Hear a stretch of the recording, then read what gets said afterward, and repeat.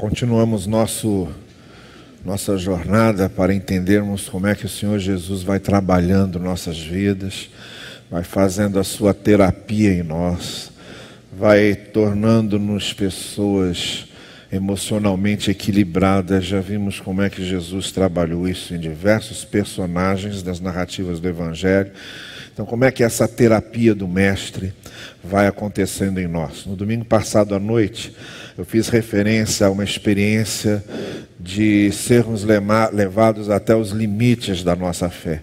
Quando o Senhor permite que nós cheguemos aos limites da nossa fé, o que é que Ele está querendo e de que forma Ele vai trabalhando em nós com isso.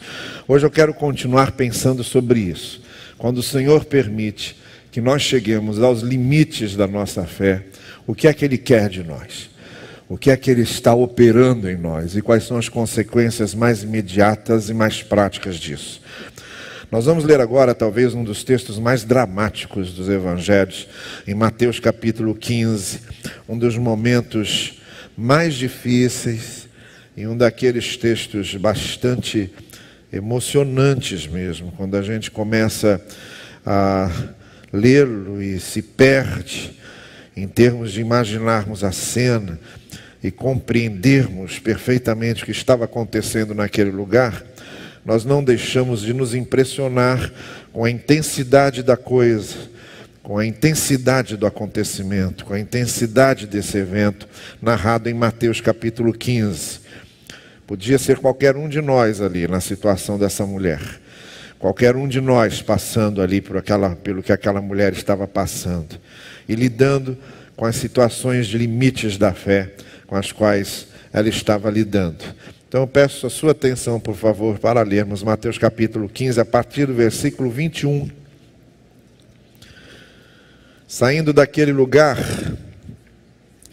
Jesus retirou-se para a região de Tiro e Sidom.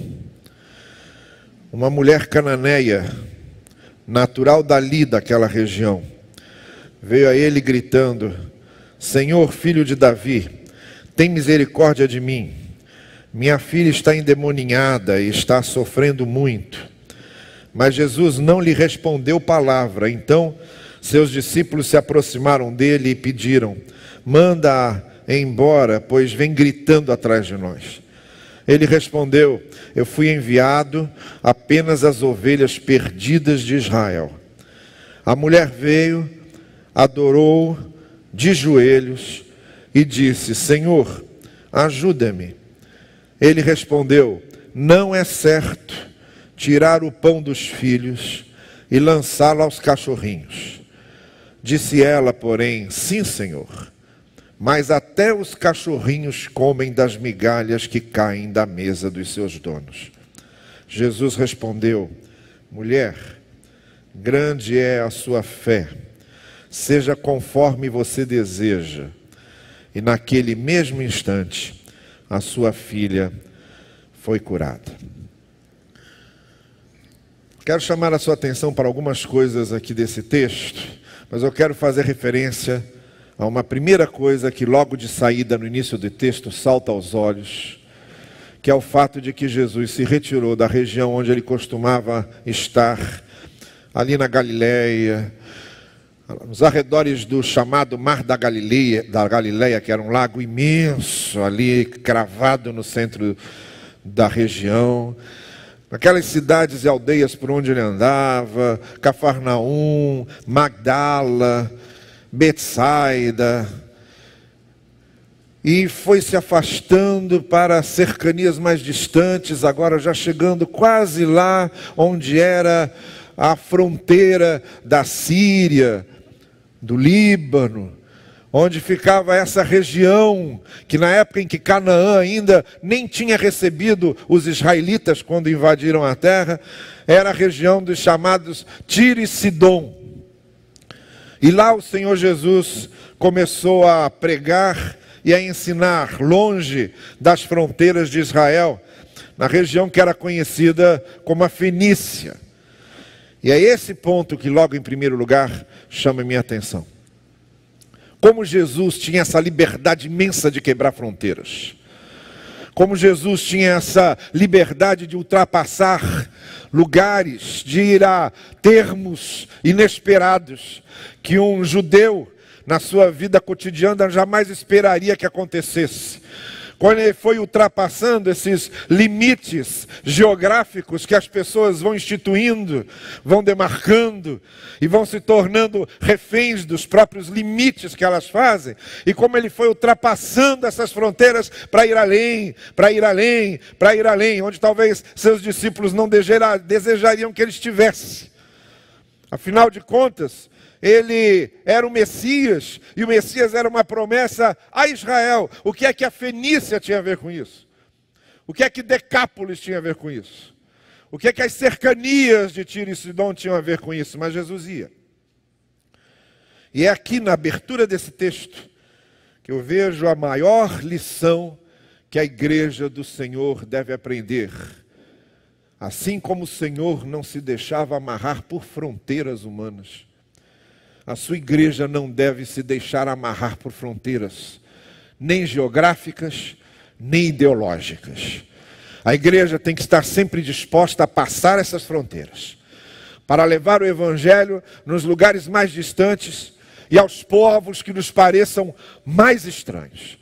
Que nós nunca nos deixemos tornar reféns das nossas ideologias, das nossas topografias mais fechadas, dos nossos exclusivismos mais egoístas, mas assim como o Senhor Jesus ultrapassou a fronteira e foi para Tiro e Sidom, porque onde precisavam dele, lá ele estava, que a igreja seja desprendida dessa forma, que nós não nos acostumemos a ficar no templo de Jerusalém, que nós não nos acostumamos a ficar no lugar sagrado, mas que nós estejamos dispostos a romper fronteiras, a chegar a Tiro e Sidom, e há lugares e pessoas e circunstâncias e situações e contextos que jamais imaginaríamos, mas onde há pessoas precisando do Senhor Jesus, que nós estejamos dispostos a estender nosso braço para que o Evangelho e a palavra de Deus cheguem lá.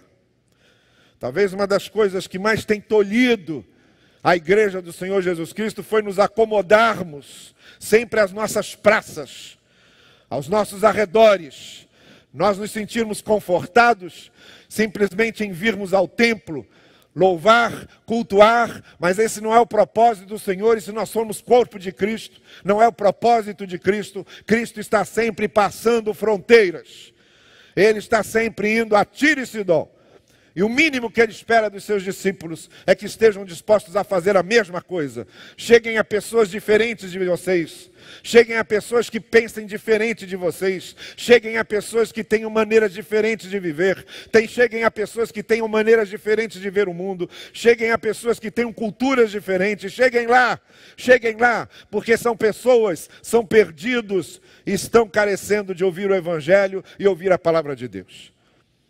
Mas foi nisso que todo esse contexto está inserido, e foi aqui exatamente que começa a história dessa mulher cananeia, que não era uma israelita, não era uma judia, talvez nunca tivesse ido ao templo de Jerusalém, mas é ali com ela, essa cananeia de Tiro e Sidom, que a história começa e se dá um dos eventos, uma das narrativas mais importantes que nós temos no Evangelho. Temos aqui uma mulher que, pelo que vocês percebem, foi levada ao limite da sua fé, como se a sua fé fosse um elástico, como eu disse aqui domingo passado, e Jesus Cristo fosse esticando aquele elástico, e foi provocando a fé daquela pessoa, e foi assolando a fé daquela pessoa, e foi atiçando a fé daquela mulher, para ver até onde a fé que ela possuía resistia. E ela demonstrou que a sua fé podia ir muito longe. Mais do que qualquer outra judia do seu tempo. Mais do que qualquer uma frequentadora do templo do seu tempo. Mais que qualquer mulher que conhecesse a lei. Essa mulher cananeia mostrou até onde a sua fé podia ir. Até onde a sua fé aguenta. Que peso a sua fé aguenta. Que distância a sua fé aguenta? Que situação a sua fé aguenta? Que condições a sua fé aguenta? Que circunstâncias a sua fé aguenta? Vamos ver 3 coisas aqui. O que a fé daquela mulher buscava, o que a fé daquela mulher precisou superar e o que a fé daquela mulher fez em termos práticos.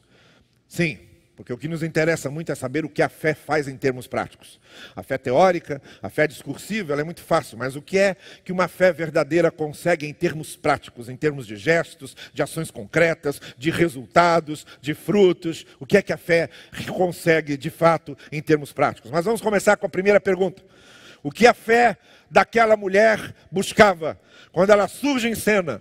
Uma mulher cheia de fé e que estava disposta a demonstrar até onde sua fé conseguia chegar. O que a fé daquela mulher buscava? Em primeiro lugar, a fé daquela mulher buscava Jesus enviado por Deus. Prestem atenção no que essa mulher está dizendo. Não leiam apenas, mas ouçam. Ouçam o que essa mulher está dizendo. Senhor, filho de Davi. Eis aqui uma mulher que não é judia, que é cananeia, mas que aceitava Jesus como o Messias enviado, que entendia Jesus como da linhagem de Davi. Ela, que não era do povo de Israel, mas que com certeza conhecia as promessas, que com certeza tinha chegado ao conhecimento do que o Messias faria, e mais, acima de tudo, concluiu por seus próprios pensamentos e reflexões que o Senhor Jesus era esse Messias. Aquela mulher cananeia, sem nenhuma familiaridade com termos judaicos, com termos da Bíblia hebraica, chama Jesus de filho de Davi. Ela que não era do povo do rei Davi. Ela que talvez nunca tivesse tão íntima da história de Israel, mas foi procurar aquele que era o enviado de Deus. Isso já abriu as portas para ela. A primeira coisa que ela diz é: eu creio que tu és o enviado de Deus. Para mim, tu és o filho de Davi. Por isso ela não o chama de mestre, por isso ela não o chama de Jesus, por isso ela não o chama de rabi, ela o chama de filho de Davi. A primeira coisa que aquela fé buscava era o filho de Deus, era o Messias, era o enviado do Senhor. Então aqui está a primeira coisa, ela reconhecia quem Jesus era. Isso facilita muito. Quando você reconhece quem Jesus é, quando você sabe quem Jesus é, quando você olha para Jesus e sabe exatamente o que ele representa, isso facilita muito. Isso abre muitas portas. O que a fé daquela mulher buscava? Misericórdia. Ouçam de novo suas palavras: Senhor, filho de Davi, tem misericórdia de mim. Aquela mulher buscava a graça do Senhor, ela se sentia necessitada da graça. Ela reconhecia que diante do filho de Davi, ela era carente. Ela era necessitada, ela era uma pecadora precisando de misericórdia. Ela não vai procurar o Senhor querendo fazer barganha, ela não vai procurar o Senhor com fé arrogante, querendo declarar ao Senhor o que ele devia fazer. Ela não vai procurar ao Senhor tentando uma visão, um milagre, um prodígio qualquer, não. Ela vai com o coração quebrantado, contrito, cheio da consciência de quem ela era. Ela não só reconhecia quem Jesus era, ela reconhecia quem ela era. Jesus é filho de Davi. E eu sou uma pessoa que precisa de misericórdia. Eu sou uma pessoa que precisa de graça. O que a fé daquela mulher buscava? Em primeiro lugar, buscava Jesus, o enviado de Deus. Em segundo lugar, buscava misericórdia, buscava graça. Era isso que ela ia buscar na sombra do Senhor. Com a humildade, com o quebrantamento de quem sabe de que de Deus precisa tão só de graça e de misericórdia, porque ela sabia quem era ela. E a terceira coisa que a fé dessa mulher buscava, está lá nas suas palavras. Ouça o que essa mulher está dizendo: Senhor, filho de Davi, tem misericórdia de mim. Minha filha está endemoniada e sofrendo muito. Aí está o que ela está buscando: libertação do maligno para sua filha. Uma mulher que tinha consciência de quem era Jesus, uma mulher que tinha consciência de quem era ela, e uma mulher que tinha consciência de que nós somos todos reféns do maligno. Uma mulher que tinha consciência do mal que o maligno pode fazer em nossa vida. Uma mulher que tinha consciência do que a opressão maligna faz em nós. De uma maneira ampla, todos nós somos endemoniados, porque todos nós somos reféns do maligno. Todos nós somos pecadores. Todos nós condenados pelos nossos pecados. Todos nós lutando desesperadamente contra a carne. Todos nós levados pelos desejos da concupiscência. Todos nós reféns do maligno.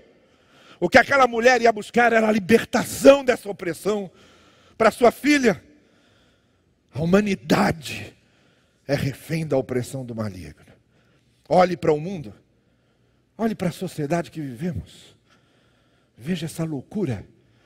E veja se esse mundo não está endemoniado. Veja se essa sociedade não está refém do maligno. Veja se o maligno não está passeando como um turista pelos corações e fazendo a festa que ele quer. Veja isso. O que é que a fé dessa mulher buscava? Primeiro, ela reconhecia quem era Jesus. É importantíssimo sabermos quem é Jesus. Segundo, ela sabia quem era ela. Quem eu sou? Alguém que precisa de misericórdia e de graça. Terceiro, ela queria libertação do maligno. Ela interpretava muito bem o mundo dela. Ela sabia muito bem quem é que mandava, quem é que dava as cartas, quem manipulava as pessoas, quem botava desejos no coração, quem cegava os olhos, quem deturpava as mentes. Ela sabia muito bem a bagunça que o maligno havia feito na vida das pessoas, na sociedade e no mundo. E ela buscava, a sua fé buscava a libertação disso. Era isso que a fé daquela mulher buscava. Em segundo lugar, o que a fé daquela mulher precisou superar? Porque não basta ter fé. Há algumas coisas que a nossa fé precisa superar. Os limites da nossa fé são colocados à prova justamente isso. Não basta crer. É necessário superar algumas coisas. O que é que aquela mulher precisou superar? O que é que a fé daquela mulher precisou transpor? Em primeiro lugar, o silêncio de Deus. Ela chega, fala com Jesus, e o versículo 23 diz com todas as letras: mas Jesus não lhe respondeu palavra. A primeira coisa que a fé daquela mulher precisou superar foi o silêncio de Deus para as suas orações. Quem aqui já não passou por uma experiência dessa? Orar e não ter resposta. Orar e parecer que os céus estão fechados. Bem, a nossa fé, às vezes, é desafiada a superarmos o silêncio de Deus. Mas não se engane. Às vezes, o silêncio de Deus fala muito mais alto do que as ações de Deus. Às vezes o silêncio de Deus é mais altissonante do que tudo. Às vezes o silêncio de Deus alcança um volume que é muito maior do que o maior grito. Ah, porque Deus sabe fazer silêncio. Se tem alguém que sabe fazer silêncio no momento certo, é o Senhor. E quando o Senhor faz silêncio, Ele sabe por quê. Jesus sabia por que não respondeu. Porque aquela mulher precisava andar um pouco mais. Ela precisava esticar um pouco mais a sua fé. Então a primeira coisa que a fé daquela mulher precisou superar foi o silêncio de Deus. Você desiste na primeira? É? Você é desses? Que o silêncio de Deus te destempera? Você é daqueles que gostaria de ter assim uma descagem direta para Deus e uma resposta imediata? Você é daqueles que quando ora quer ver logo a resposta? E você é daqueles que quer Deus o tempo todo, falando com você, a cada esquina, a cada momento, Deus falar, Deus falar, Deus falar, mas Deus às vezes faz silêncio. E aí, você desiste? A sua fé tropeça aí? Você é desses que precisa estar sempre cercado pelo barulho da euforia divina? Você é desses que precisa estar sempre cercado pelo barulho dos milagres e dos prodígios? E quando Deus silencia? E um mês em silêncio? E um ano em silêncio? E 20 anos em silêncio? Como a daquela mãe em Teresópolis, 20 anos orando pela conversão do seu filho. 20 anos para vê-lo se converter 20 anos depois, exatamente do jeito que ela pediu que acontecesse. E quando Deus resolve fazer silêncio, o que você faz? Se destempera? Começa a dizer que Deus não existe? Começa a dizer que você é a vítima do mundo? Começa a dizer que Deus não ama você? Ora, a primeira coisa que aquela mulher precisou superar foi o silêncio de Deus. E superou. A segunda coisa que a fé daquela mulher precisou superar foi a intolerância dos discípulos. Porque aí os discípulos mesmos começaram a dizer para Jesus: Senhor, dá um jeito de despedi-la, porque ela já nos está incomodando demais. A gente quer paz para ficar ouvindo o Senhor falar. A gente quer paz para cantar nossos hinos. A gente quer paz para fazer nossas orações. A gente quer paz para organizar nossos cultos. A gente quer paz para cumprir nossa agenda. E essa mulher aqui está atrapalhando com esse pedido dela insistente. Oh, gentinha chata essa. Senhor, despede-a. Por incrível que pareça, a segunda coisa que essa mulher precisou superar foi a intolerância da igreja. Foi a intolerância dos discípulos de Jesus. Tem muita gente aí que não crê em nada e para chegar perto de Jesus tem que superar os obstáculos que a própria igreja coloca na frente. Os tradicionalismos que a própria igreja inventa. Os dogmatismos que a própria igreja cria. Os abismos que a própria igreja cava. E em vez da igreja ser uma ponte que aproxima as pessoas de Jesus, ela acaba sendo uma baita de uma pedra de tropeço para impedir que as pessoas cheguem a Ele. Pois a fé dessa mulher precisou superar o silêncio de Deus e precisou superar a intolerância dos discípulos. Agora cá para nós, não é o que acontece com a gente? Ou você é daqueles que qualquer probleminha na igreja você já se afasta? Qualquer discípulo de Jesus que faz uma coisa que desagrada a você, você já diz: eu não quero mais saber disso.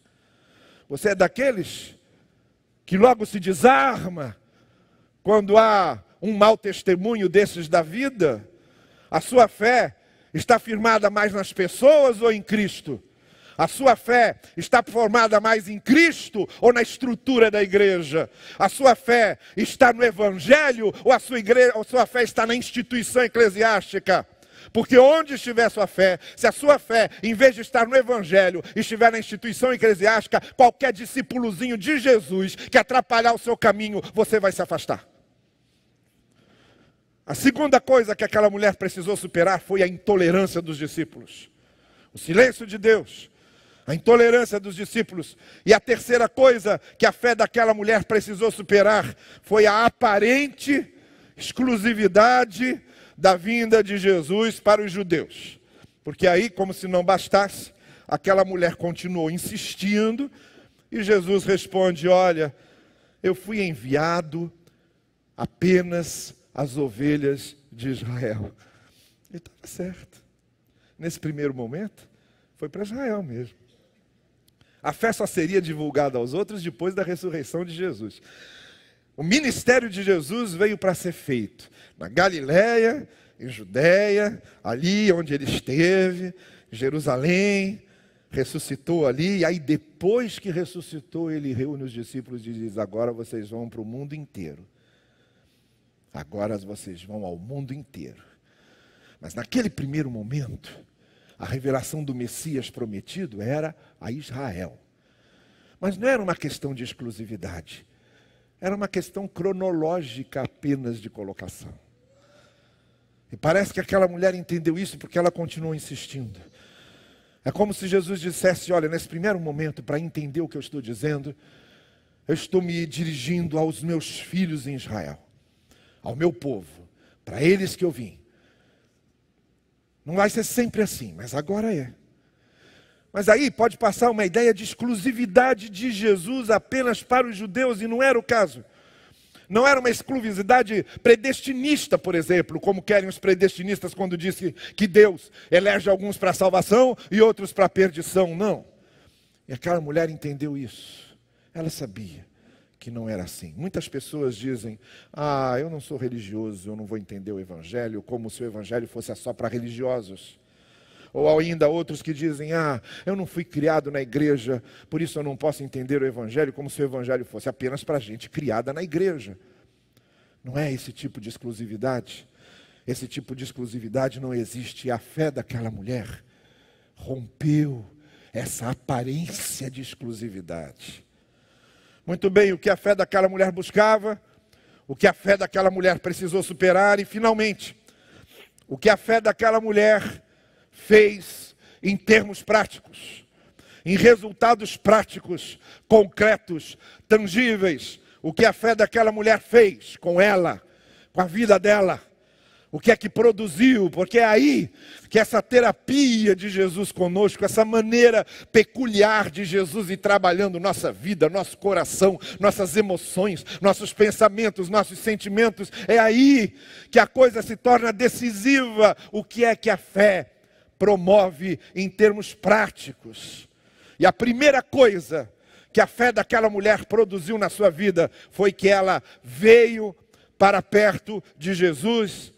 O texto no versículo 25 diz, a mulher veio, chegou para perto, chegou perto de Jesus. Ela tomou a iniciativa de se aproximar dele porque cria. Ela tomou a iniciativa de se aproximar dele porque confiava. A primeira coisa prática que a fé daquela mulher fez foi aproximá-la de Jesus. A fé, em primeiro lugar, a primeira coisa que a fé faz conosco é lançar-nos para perto de Jesus. A gente começa a ter prazer de estar perto dele. A gente começa a se realizar perto dele. A gente sente o desejo de conhecê-lo mais. A gente sente o desejo de se envolver mais com ele. Ela veio. A fé faz com que a gente tome a iniciativa e vá a Jesus. A fé faz com que a gente tome a iniciativa e siga Jesus. A fé faz com que tomemos a iniciativa e sigamos Jesus. Ela veio. Ela veio. Segunda coisa que aquela fé conseguiu em termos práticos, ela se colocou humildemente diante dele. O texto diz, ela se pôs de joelhos e disse, Senhor, me ajude. Humildemente quebrantada, cheia de contrição. Sabe por quê? Porque a fé não cabe num coração cheio de arrogância. A fé não cabe num coração soberbo. A fé não cabe num coração cheio de si. A primeira coisa que o Senhor Jesus disse aos seus discípulos foi isso. Aquele que quer vir após mim, negue-se a si mesmo e siga-me. Aquela mulher precisou esvaziar-se de si. E a fé faz isso. A fé faz com que a gente se esvazie de nós mesmos, que nós nos deixemos vazios do nosso egoísmo, do nosso ego, da nossa arrogância, da nossa vaidade, e coloquemos nossas almas de joelhos diante do Senhor e digamos, ajuda-nos, ajuda-nos. Então o que aquela fé fez com aquela mulher em termos práticos? Primeiro, fez aproximar-se de Jesus. Em segundo lugar, tornou uma pessoa humilde, de coração quebrantado e contrito diante dele. E agora presta atenção na terceira coisa. Aí vem a parte mais difícil. Porque depois que essa mulher faz tudo isso, depois que ela se ajoelha e diz para Jesus, ajuda-me, o Senhor Jesus vira para ela e diz, não é certo tirar o pão dos filhos e dar para os cachorrinhos. Olha, eu conheço muita gente que se milindra por qualquer coisa. Por qualquer coisa. Você passa às vezes, nem olha direito para a pessoa já se milindra. Nem olhou para mim. Você chega, a pessoa diz bom dia para você, você não ouviu, não responde, a pessoa já, não disse bom dia para mim, sai humilhada, sai ferida. Gente que se milindra para qualquer coisa. Agora, você já perguntou a você mesmo? Se você ouvisse isso de Jesus? E olha que o Senhor Jesus não tomou nenhum cuidado em dizer não. Nenhum cuidado. Ele simplesmente disse. Ele disse, Eu vim para Israel e não é bom tirar o pão dos donos e dar aos cachorrinhos. Era para aquela mulher sair de lá dizendo, Deus me livre. Isso aí é que é pastor? Não quero nem saber. Por favor, que é esse bando de gente seguindo esse homem grosso, mal educado? Que é isso? Que judeuzinho mais grosso é esse? Veja só. Por favor, fico eu com a minha filha endemoniada, prefiro lidar com minha filha endemoniada do que com um homem grosso desse aí. Mas não. Sabe o que aconteceu aqui?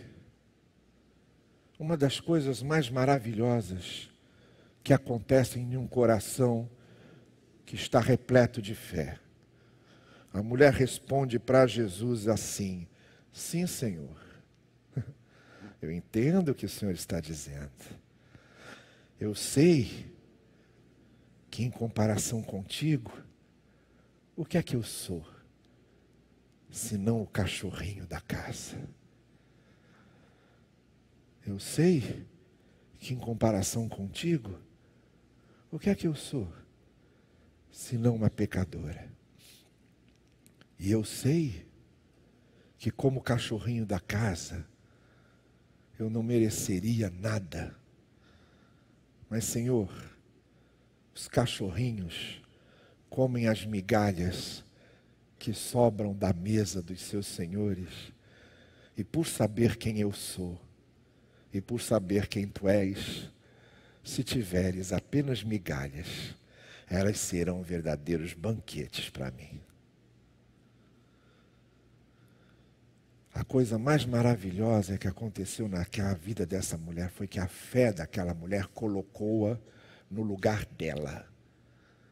Sim, Senhor, eu sei que a minha condição é essa.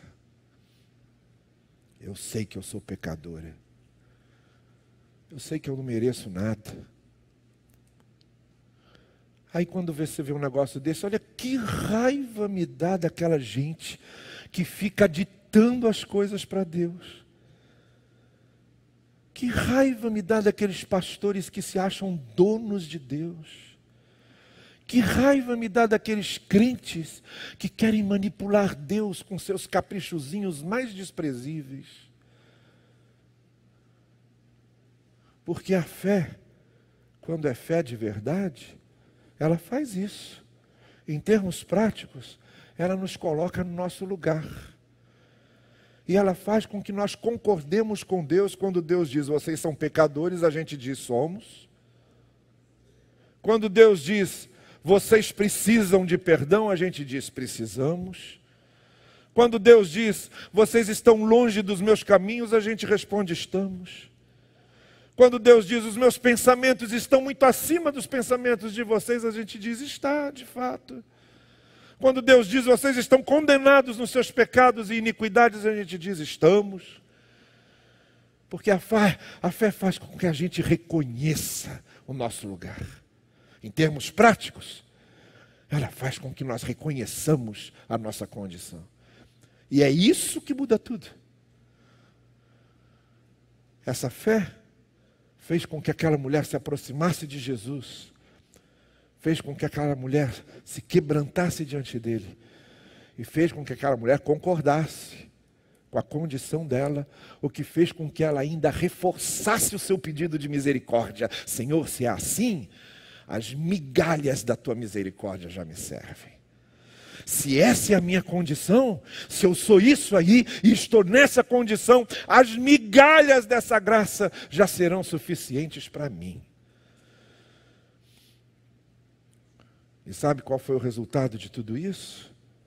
Aí o texto termina dizendo, mulher, grande é a sua fé. Até esse momento, para nenhuma judia, Jesus tinha dito isso. Até esse momento, para nenhuma mulher da religião de Israel, Jesus tinha dito isso. Até esse momento, para nenhum líder, Jesus tinha dito isso.